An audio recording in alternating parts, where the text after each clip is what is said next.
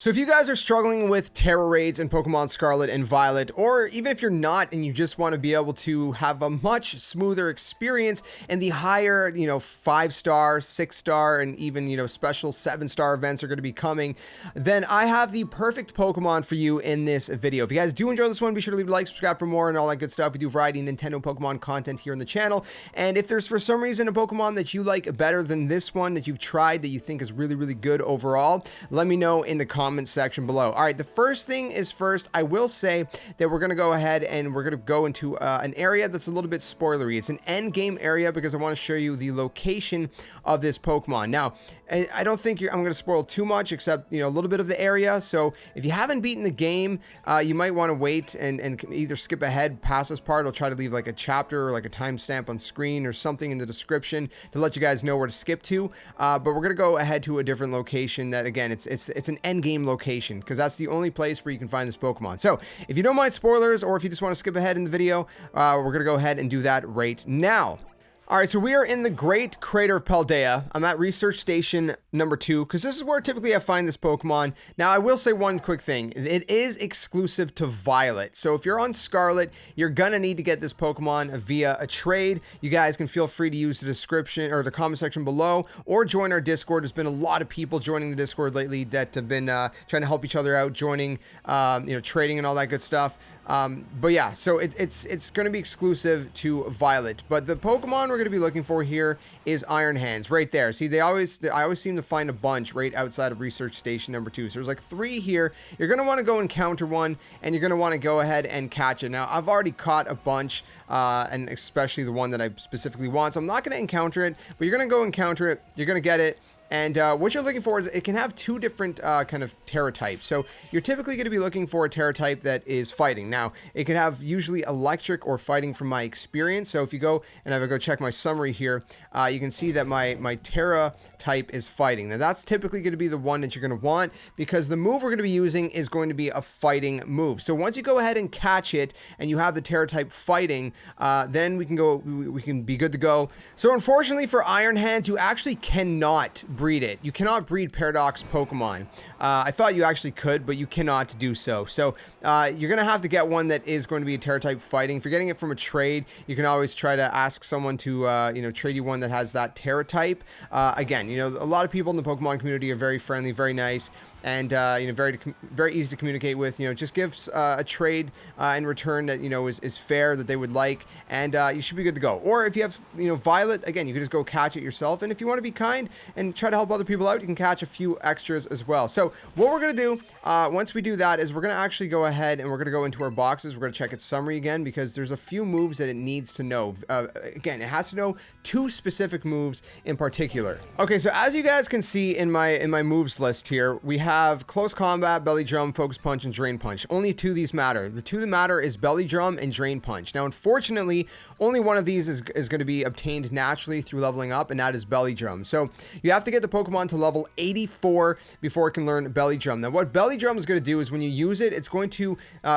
take away half of your HP, but it's going to maximize its attack stat. So we're going to be using a physical attack, which is going to be Drain Punch. So maxing out its attack stat is going to be huge. Now, the crazy thing is Drain Punch in and of itself is very, very good. I know it says its power is only 75, but even then, it is very effective, especially when you max it out with Belly Drum. But there's a few more things I want to show you guys as well. So don't click off once I show you Drain Punch because there's more you need to know. But Drain Punch, you cannot learn normally. You have to actually get this one from a TM. So what you're going to do for this one is you're going to actually go ahead to any Pokestop or Poke Center, whatever you want to call them. There's one actually right in front of me.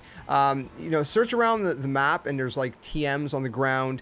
Normally that you're gonna find they look like little yellow Pokeballs. But you can go to the green TM machine here, and you can actually say that I want a TM made. Now, if you go through this list, you'll see what's craftable and what's not.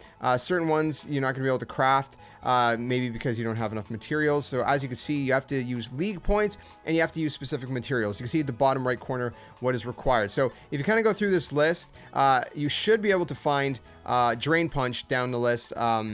I don't know if these are actually all here at the very beginning or not. That is one thing that I'm not 100% sure of that information, because I didn't really go to the TM machine throughout my playthrough a whole lot. But if someone can maybe clarify that one portion. Drain Punch, which is right here, it's number 73 in the list, and you're gonna need Croagunk Poison, Mankey Fur, and Crabrawler Shell. If you don't know where to find those, again, there's a lot of places online, like PYX, Power PYX has a great text guide. I'll try to remember to link it down in the description below so you can find all the locations for like all the Pokemon in the Pokedex. But you're gonna basically craft this and you're gonna teach it to your Pokemon. Okay, so it has to know Drain Punch. That is the big thing. But we're not done yet. So obviously, the higher the level your Pokemon is, the better, right? That's just kind of a given. It's gonna have more stats. It's gonna be more powerful. As you can see at level 100, if I go over to my my moves and stats here, you can see that my HP and my attack is actually currently maxed out for this one. Now, this specific Pokemon that I got also has Quark Drive. I don't know if every single one comes with it. I think it's possible that every Iron Hands has that by default, but what this does is it boosts the Pokemon's most proficient stat on electric terrain, or if the Pokemon is holding booster energy. You see my attack is 408. You want the physical attack maxed out because we're using physical attacks, and the HP is obviously going to help because you're, again, keep in mind you're splitting your HP in half when you use Belly Drum to power up. Now let me go back here for a second and show you guys exactly what we're going to want to do. Okay, so what we're going to want to do is, first of all, you're going to want to find booster energy. That's what it's called. So it's called a booster energy.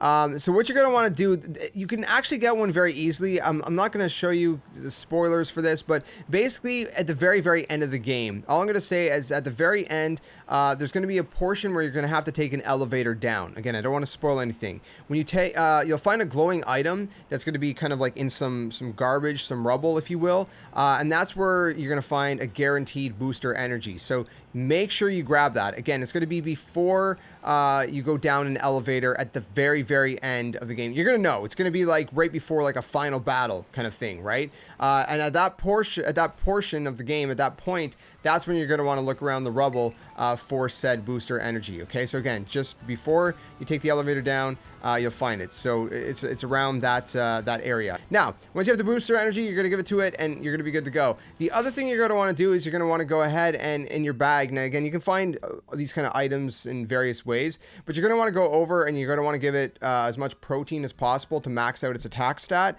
And you can also give it some HP up. I don't have any on me right now, but the HP up will also increase its HP. And just give it as much as you can until it's completely maxed out, and it won't take any more. And again, if you don't know where to buy this, I'll show you guys a location right now where you can buy all these kind of things. They're very expensive. And ironically so is that, you know, we're going to Levincia, by the way, over here to the right. So we're going to go over here to Levincia North. But as we fly there, let me just explain something. Is that ironically, one of the best ways to make some money is to do Tera raids, and you earn a lot of like resources from these Tera raids that you can then sell at the blue kiosk at the Poke Centers. So you're going to want to do that, because you're gonna make tons and tons of money, because these items are worth like a lot of money. Anyway, so from this Pokestop here from Levincia North, you're actually gonna head to the left down here, and you're gonna see that these items are like 10k a piece. So again, you're gonna want a lot of money.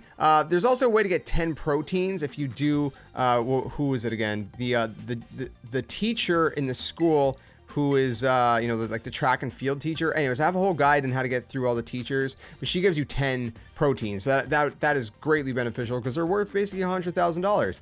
But you can see that you can find HP up, PP up, you can find ability capsules, iron, calcium, protein, zinc, carbs, like everything is here. So that's where you're going to find that if you want to increase your Pokemon stats even further. You should be okay to take on like 4 stars very easily, and even maybe 5-star raids without using, you know, those, but those are going to help push you over the edge, give you a little bit more of an edge. So now that we've discussed all that, let's see exactly how that works in real time by going into a raid. All right, so as you can see, the booster energy kind of gives you an increased heightened attack, right? This is a 4-star raid for now, but you can see Drain Punch is not very effective. It'll still be pretty effective because it is a 4-star, but I want to show you guys how Belly Drum works. I will show you gameplay on a 5-star and even a 6-star raid as well, just so you can see the difference. But keep in mind, you know, depending how effective you are against said Pokemon. It's going to depend how much damage you can do. Now you can see that my health went split in half. Become confused, so hopefully this is not going to mess me over. But that also increased my attack to maximum, right? My attack just went through the roof. And okay, unfortunately, this Pokemon just did a ton of damage, so I'm not going to be able to do... Okay, so basically when you see that right there, it just removed all the stat effects. So it said that it removed all the stat effects on our side. That means that Belly Drum is no longer active. So at this point, my maximum attack that I just kind of threw in is useless. So I'd have to use Belly Drum again. But since this is just going to be an easy fight anyways, I'm just going to use Drain Punch to show you guys what it looks like and what it does. Because the interesting thing about Drain Punch is that when you use it, it's actually going to heal you as well, depending on how much damage you've done to the Pokemon. Unfortunately, I just got hit in confusion. This was supposed to be a very easy 4-star raid that I've contributed nothing towards right now, so that's unfortunate, but at least you get a little bit of a gist of how this kind of works, right? Alright, so I'm in a 5-star raid, and this one is actually effective. So it's not very effective, but it's not necessarily super effective either. But I do want to say that, you know, it depends, right? Because if you're fighting against a Pokemon that is very effective against you, you are going to struggle, right? Because you're going to be taking a ton of damage because they're going to be super effective against you most likely. For example, Ditto would be one. But on the flip side, if you're just not very effective against them, then it typically won't matter. Unless if you're not very effective against them, but they're very effective against you, that would be the worst case scenario. But if it's not that kind of scenario, you're going to see that, you know, for a 5-star raid, look at that. Look how much damage I just did. Belly Drum and then Drain Punch. That was with very effective, or not very effective, but just normal effectiveness.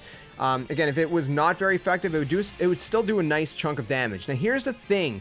I've tested out going into some of these raids with Pokemon that were super effective against whatever Pokemon I was fighting against. And, you know, various Pokemon that had different kinds of stats and everything like that. And they still don't do anywhere near the kind of damage where Iron Hands would do with a not very effective. So let me try to put that more simply.